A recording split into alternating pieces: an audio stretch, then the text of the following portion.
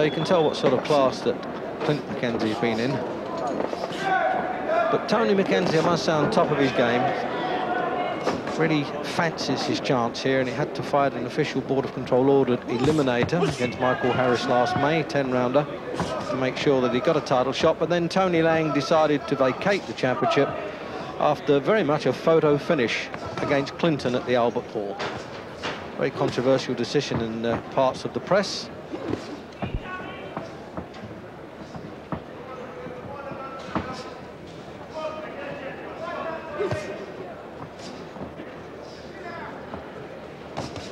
As far as I know, they're not directly related, but another boxer, Lee Mackenzie, talks about having a first cousin and a second cousin fighting each other here, so that only adds to the confusion of the names being the same, and the trunk's really not that different either.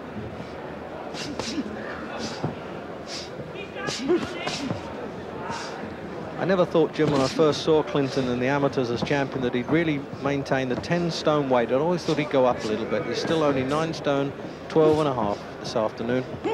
Yeah, and I think what's even more surprising is the amount of years he's boxed in top class. I mean, for years we've been saying Clinton can't do it again, it's too hard a game, he can't put his body through that kind of contest again, and he keeps doing it. And here he is back again trying to regain his title. Well, almost a storybook ending for him, really. He was so upset that he said he was going to retire after losing to Tony Lang. Actually, it was the second time he'd lost to him.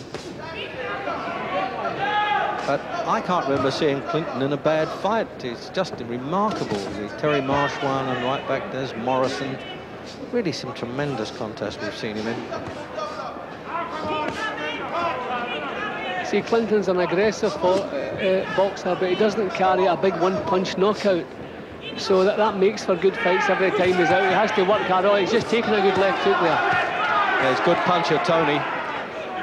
He's standing up well to his task there. He's not rolling at all. He's really anchoring his feet, Tony, and he's going to get some weight into those punches.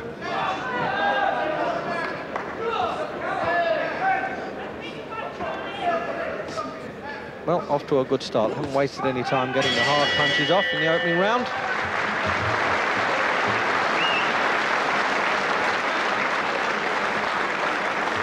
So there's referee Dakin just scoring each round. They don't hand the each round papers in as they do in the World Championship fights. So Kenny Squires giving him the rundown now on what to do. Round 3. And there's a lot of solid punches going in on this British Championship fight, I promise you, particularly from Tony.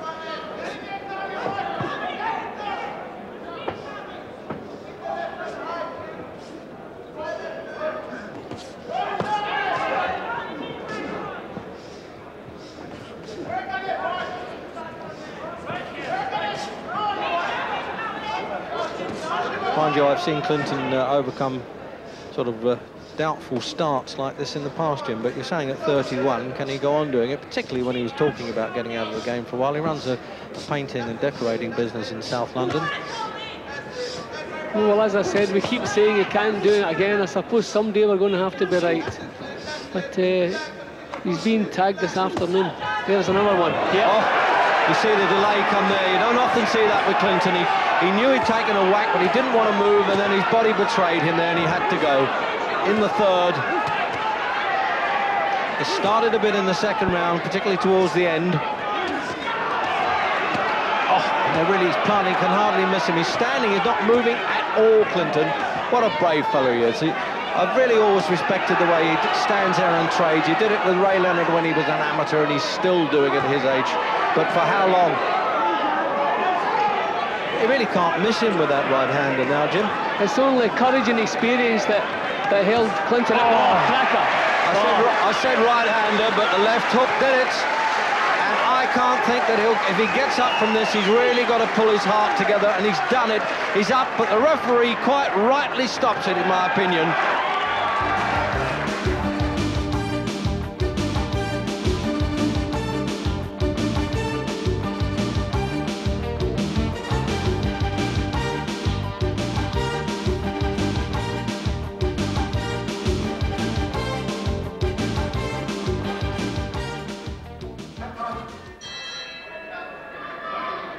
And the referee from the Midlands is John Coyle.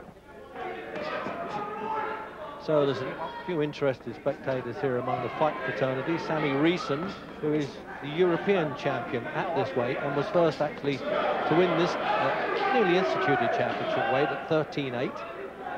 And also Glenn McCrory from Durham, who plans on fighting the winner.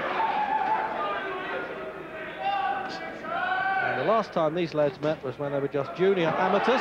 Oh, there's a surprise. And Smith won that one, but he certainly ran into a good punch there, Jim. Yeah, that was a nice little shot, right hand. It seems to be clear, it seems to be all right, but that was a good punch. Well, as I say, he's a hard nut, TJ, but I am surprised to see Smith over in the first round like this.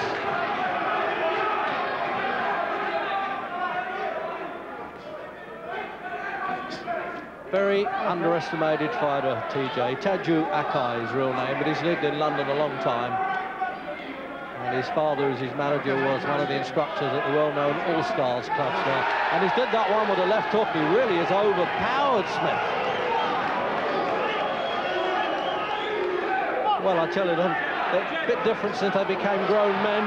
Third time. Now, there's not a knockdown rule in a British Championship, as there is in the WBAs. Jab first, Roy. Come on, jab first. Calls from manager Wally Swift to Roy Smith, jab first. I think he may as well try and clutch and hold for dear life at this stage. And he stopped it as he hit the deck. At only 1 minute and 40 seconds, I make that. As he hit the deck, he shook his head. And TJ's corner knew it. His dad was in the ring. The fighter certainly knew it. And I think Smith really has been run over by a truck there, and he's saying, where's it gone? I want to take its number, Jim.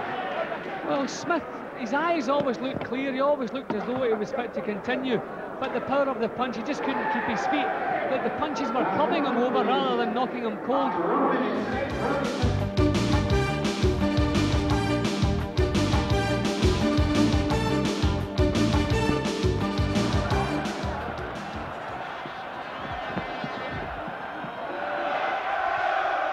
But it's a little bit of history-making for Cowdell, and he loves that if he can get a second Lonsdale belt at a different weight. That's never been done before. He can only win one now at the same weight, so Henry Cooper could no longer get 3 if he were around today. But he's moved up from 9 stone to 9 stone 4, super featherweight division. They both come in at 9 stone 3. So this Welsh southpaw now was a bit disappointing in his last contest at Alexander Palace when Barry McGuigan fought, and he won on points, but very narrowly. But he said he was suffering a little bit from the effects of a flu virus.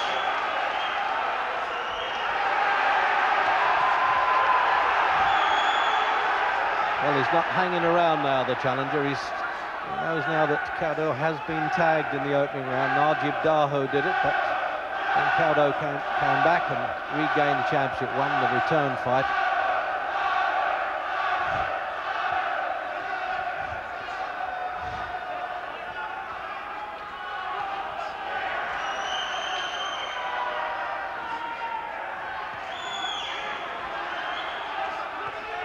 Oh, got tagged again there. The leading arm of the southpaw there, Havard, walked in and caught Cowdell. He tends to do this. I don't know whether it's a lack of concentration, Cowdell, or what in the opening round. I doubt that, but he certainly gets caught. Even in winning fights, we've seen Cowdell shaking in the first couple of rounds. His punch resistance doesn't seem to be what it should be until he's warmed up. I'm surprised he's not a little bit more careful, because he's taken far too many chances here. He's been tagged once. I think he should just be settling down and tighten up a little bit. He's not doing that.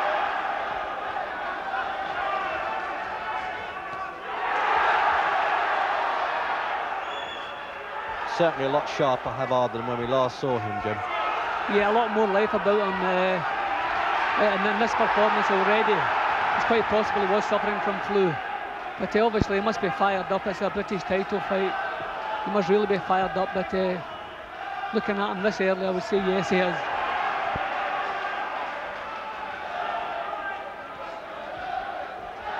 Cowdell didn't mind coming to virtually the backyard then of Havard for a purse money of £18,000, and certainly nobody thought he'd be getting that kind of money when Daho stopped him, and before that Azuma Nelson in that Very brief contest, as it turned out, in Birmingham. But in fact, he's only lost 5 in his career against 36 wins, Cowdell.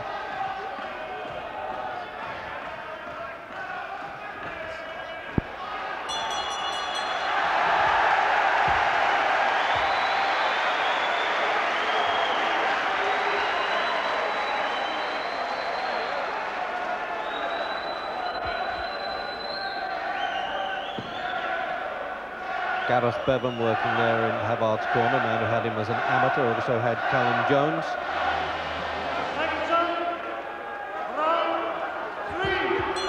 And into round 3. And I wouldn't have thought Cowdell Jim was bothered too much with southpaw style. He boxed David Needham 3 times, a right-hand forward fighter. And as an amateur against Cornelius Boza Edwards, he went on to win a world championship. And there may have been others, but I don't think that's really bothering him, is it? I don't think so, no. It's like everything else, no 2 southpaws are the same, just as no 2 orthodox punchers are the same.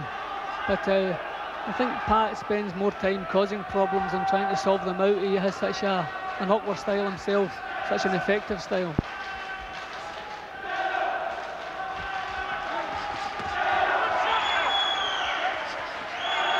Well, those straight punches coming in now, he's trying to sort the lad out a bit.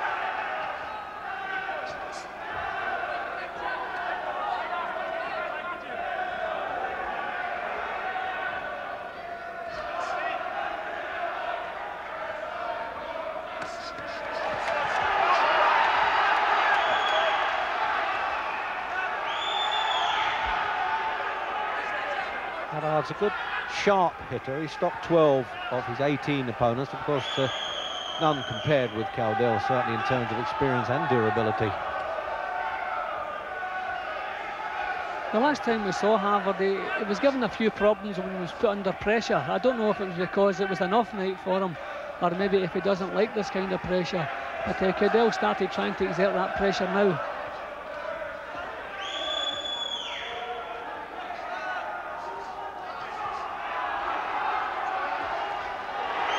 He's getting a bit accurate too, isn't he, Cowdell? Now he fires that little combination, and you watch for that now. He goes head hunting a bit.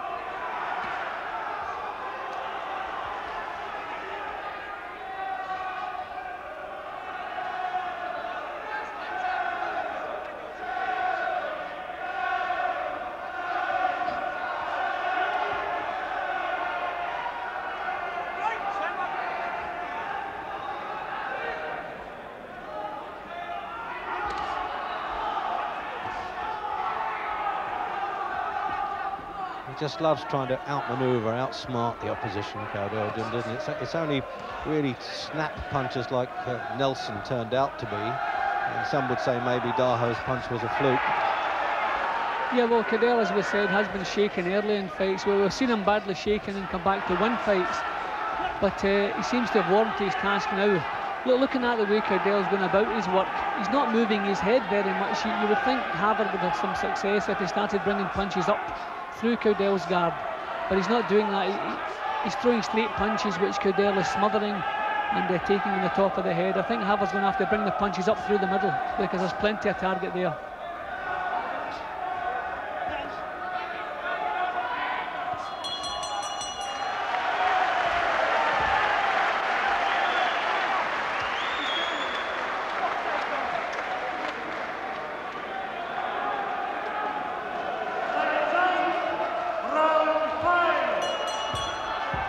And they're out for round 5 then of the schedule 12. And after just a bit of a worrying start perhaps for Cowdell, he's come really back into the fight now and using this great ring generalship that we've known he's had. I've watched him since he's, well, bantamweight and perhaps even flyweight days, I think, as an amateur. Now he's up to 9 stone 3. Had a great world championship fight against Salvador Sanchez, who really was a great champion in Houston, Texas, and that went to a split verdict. But at another championship fight, only 144 seconds he had against Zuma Nelson. But when it comes to grabbing Lonsdale belts, he's certainly able to live down those defeats at world level.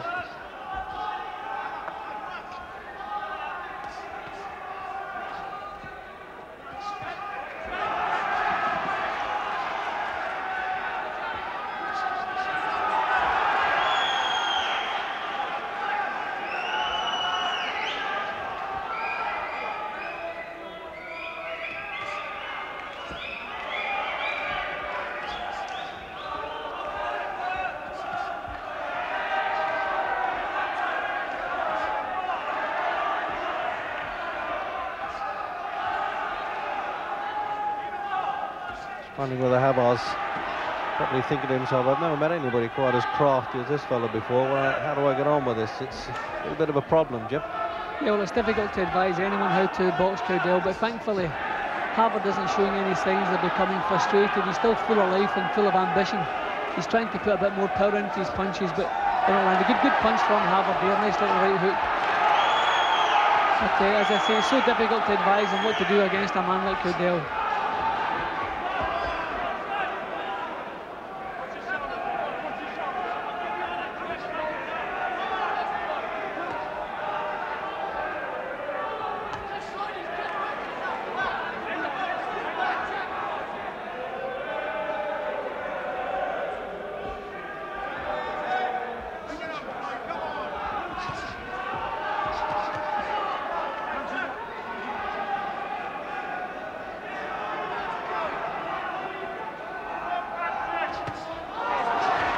Amazing, Cowdell, Jim, is it, where he gets this, he still has full of ambition, and he's been through a few rough rides in his time. And as I say, £18,000 a good pay night for him. He wants to show he's worth it. Yeah, well, if anyone deserves to have a good pay night, it's certainly Pat Cowdell. As you said earlier, what a servant he's been to boxing. And what amazes me is where he finds the drive he still has at the age of 34. He's still full of enthusiasm, and they tell me he's never out the gymnasium, that he won't take a day off.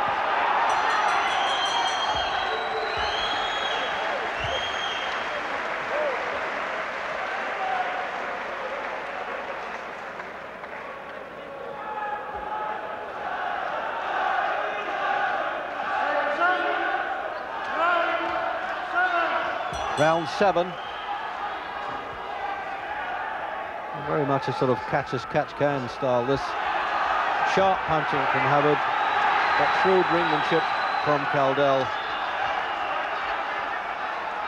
Well, I think they fired Havard up in the corner and sent him out. He'll have to knock Cowdell out of his rhythm, and he seems to be trying to do that. There was more power in those first 3 or 4 punches than he's shown in the first 6 rounds. So they must realise he's got to knock Cowdell out of this rhythm he has.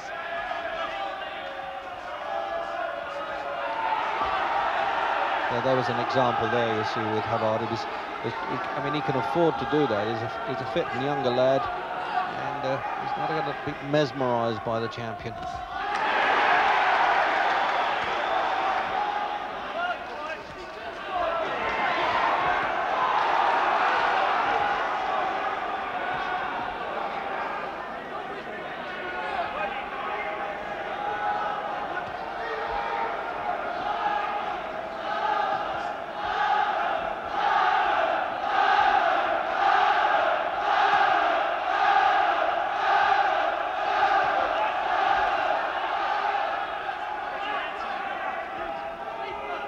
Most have been the head hunting with punches, Jim. They haven't really worked on the body much.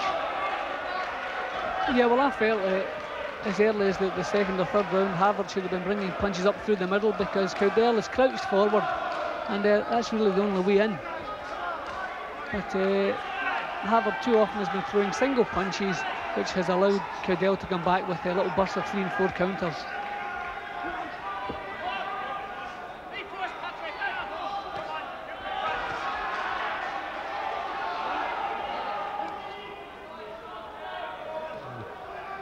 Strident calls there from the Cowdell corner, the Lynch brothers. Be first, Patrick, they're calling out. But sometimes it suits him to wait for the other fellow to lead.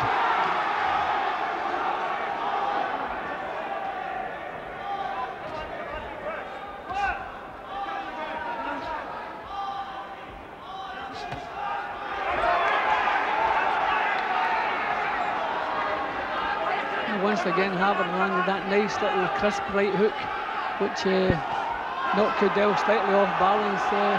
Hasn't done any tremendous damage, but it certainly shook him up slightly.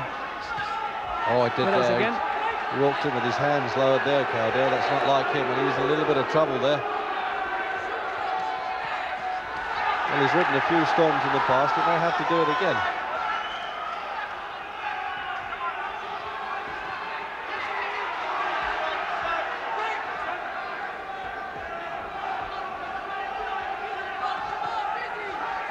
See, I think the difference with Cowdell at this age, he doesn't throw the effects of a punch off as quickly as he used to. See, he looks very weary here. Look at him here. He almost fell over there. Now they've really got to do something here. They're spraying the water over Cowdell. They need it because he really looked tired at the end of the 7th.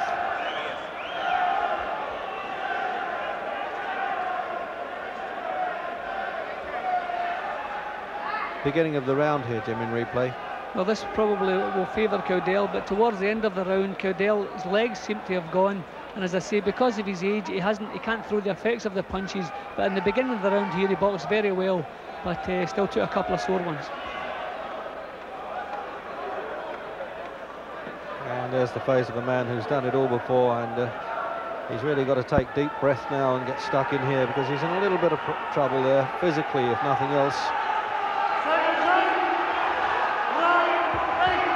Round 8. He's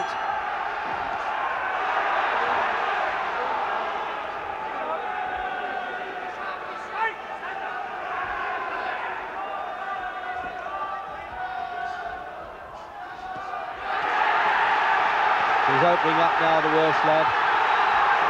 And he's got a good chance of stopping Cowdell in the 8th round right at the start.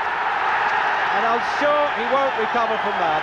He really did sag, and that's a sad and sorry sight for one of the really great champions of the day. And Larry O'Connell with that compassionate act, quite rightly stopping the contest in the 8th round.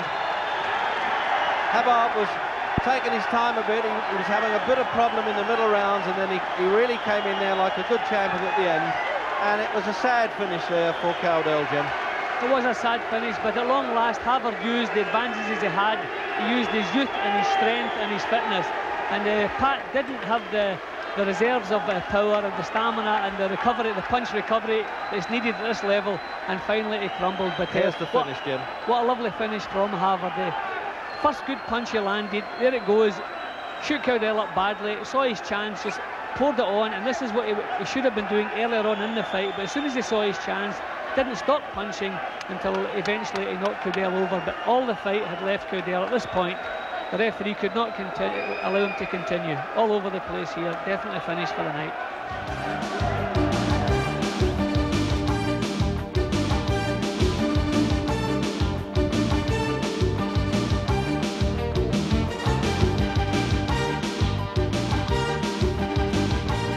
So the red-haired champion then, Peter Harris from Swansea, in his first defence, an older defence by the Boxing Board of Control against Paul Hodgkinson. Unbeaten, 11 wins and 1 draw, and that draw took place in Panama of all places, and when he had a return fight in Ireland, he won easily in that one. So very much a contrast in styles. They both walk in aggressive fighters.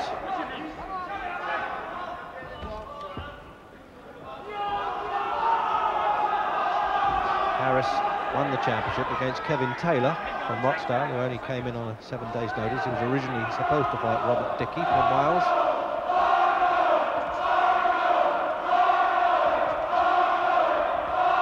Well, obviously the big support here in Aberavon is for Harris, but I must say there's quite a sizable contingent from Liverpool for Hodgkinson. He's a very popular fighter.